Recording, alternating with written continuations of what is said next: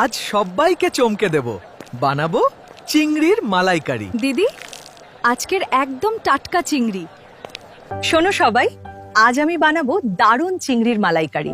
লাগবে বড় চিংড়ি 500 গ্রাম, পেঁয়াজ বাটা 2 টেবিল চামচ, আদা বাটা 1 চা চামচ, রসুন বাটা 1 চা চামচ, হলুদ 1 চা চামচ, লঙ্কা গুঁড়ো 1 চা চামচ। সব রেডি তো? এবার শুরু হবে জাদুর রান্না। লাচ, নারকেলের দুধ 1 কাপ, টক দই 2 চামচ, তেজপাতা 2টি, দারুচিনি আর এলাচ সামান্য, নুন স্বাদ মতো, চিনি 1 চা চামচ, আর সরিষার তেল বা ঘি 4 টেবিল চামচ। সব রেডি তো?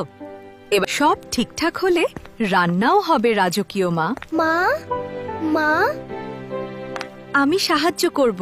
প্রথমে চিংড়িগুলো ভালো করে ধুয়ে নাও যাও। তারপর হলুদ আর লবণ মেখে 10 মিনিট রেখে দাও। এতে গন্ধও যাবে, স্বাদও দারুণ হবে। এবার কড়াইয়ে তেল গরম করে চিংড়িগুলো হালকা করে ভেজে নাও করো।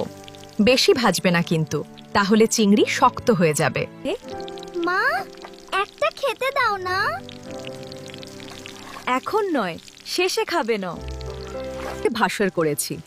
এবার ওই তেলেই তেজপাতা, দারুচিনি, এলাচ আর লবঙ্গ ফোড়ন দাও। তারপর পেঁয়াজ বাটা। মশলা ভালো করে কষা হয়ে গেলে এবার টক দইটা দিয়ে দাও না। তারপর নারকেলের দুধ ঢেলে আস্তে আস্তে নেড়ে ফুটতে দাও। দেখবে কি সুন্দর ঘন গ্রেভি হবে। এবার ভাজা চিংড়িগুলো দিয়ে দাও আটটো, সঙ্গে একটু লবণ আর চিনি দাও। তারপর ঢেকে কম আঁচে 5-7 মিনিট। এই তো একদম শেষ ধাপথন। ওপরে একটু গরম মশলা ছড়িয়ে দাও, তারপর নামিয়ে নাও। দেখবে কি দারুণ গন্ধ আর স্বাদ হবে। আজ তো হোটেলও হার মানবে। এখনো খাওনি? আগে চেখে দেখো।